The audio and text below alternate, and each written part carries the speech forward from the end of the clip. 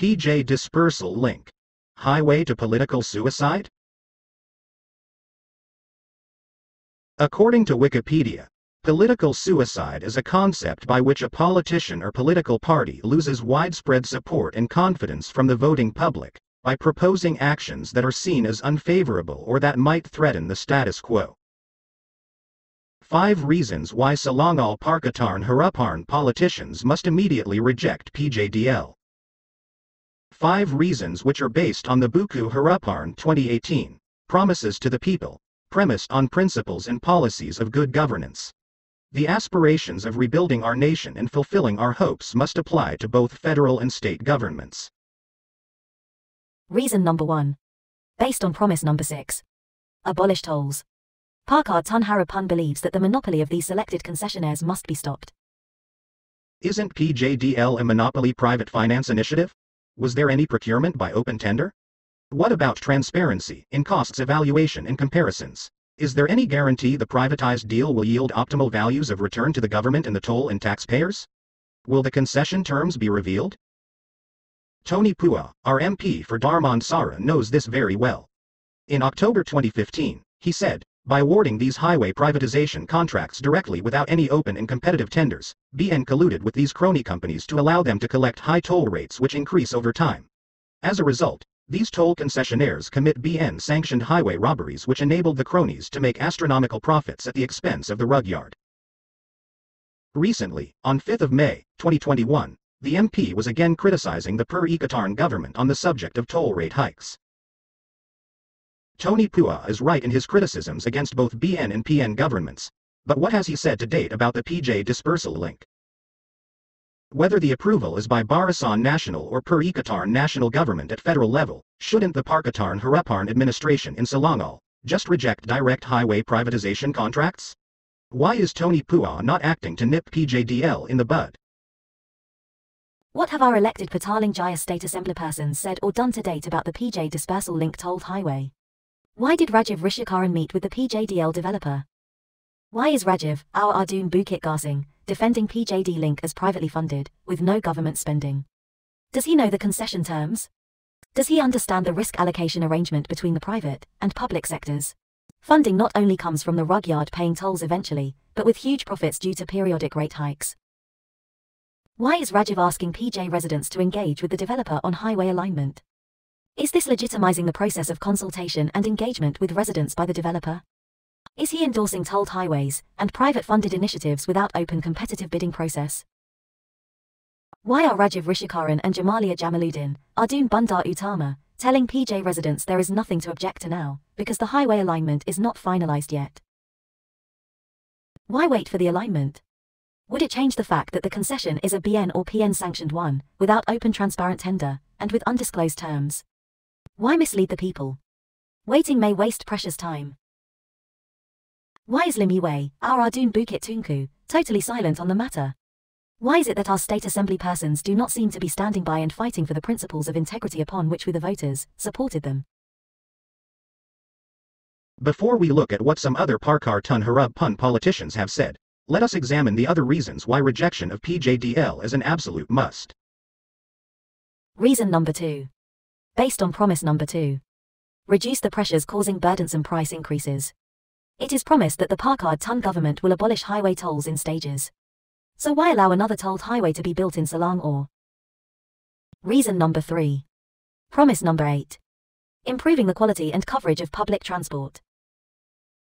Back in April 2014, 4 state assemblymen including Rajiv Rishikaran had agreed that the corridor for the proposed alignment is more suitable for a public transportation line instead of a highway.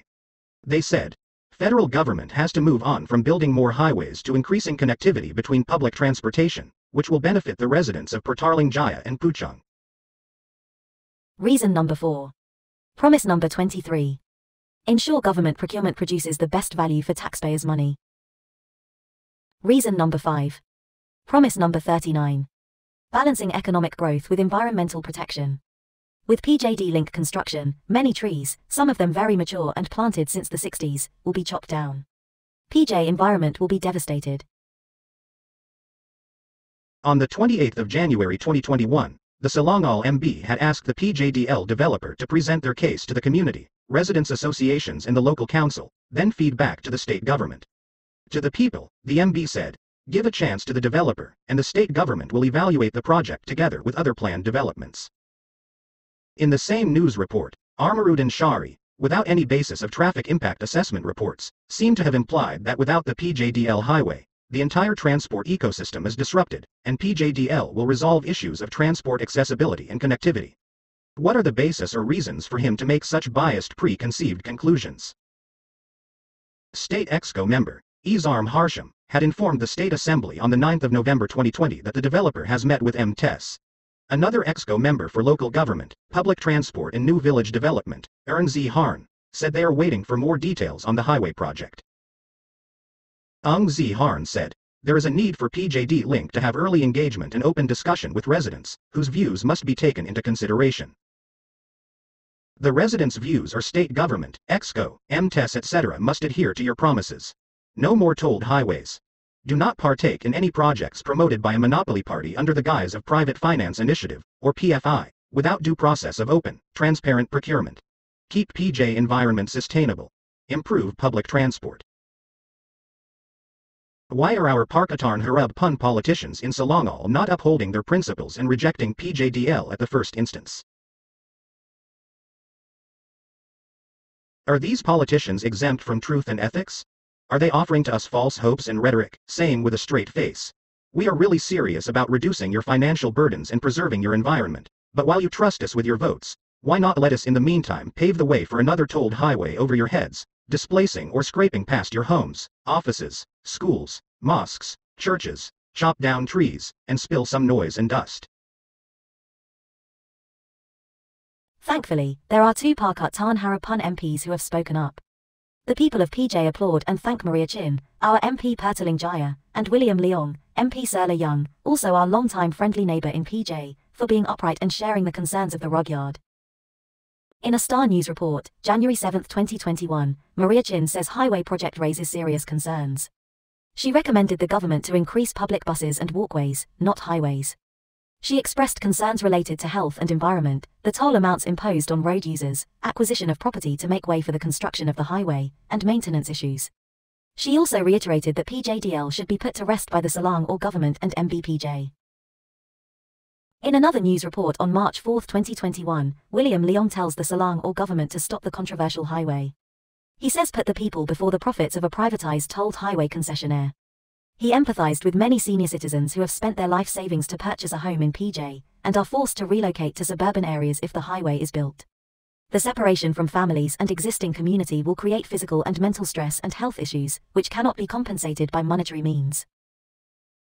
At a recent press conference held on the 25th of April 2021, the two MPs spoke up again for the people. This video features the people's objections against the PJ Dispersal Link Highway by looking through a political lens.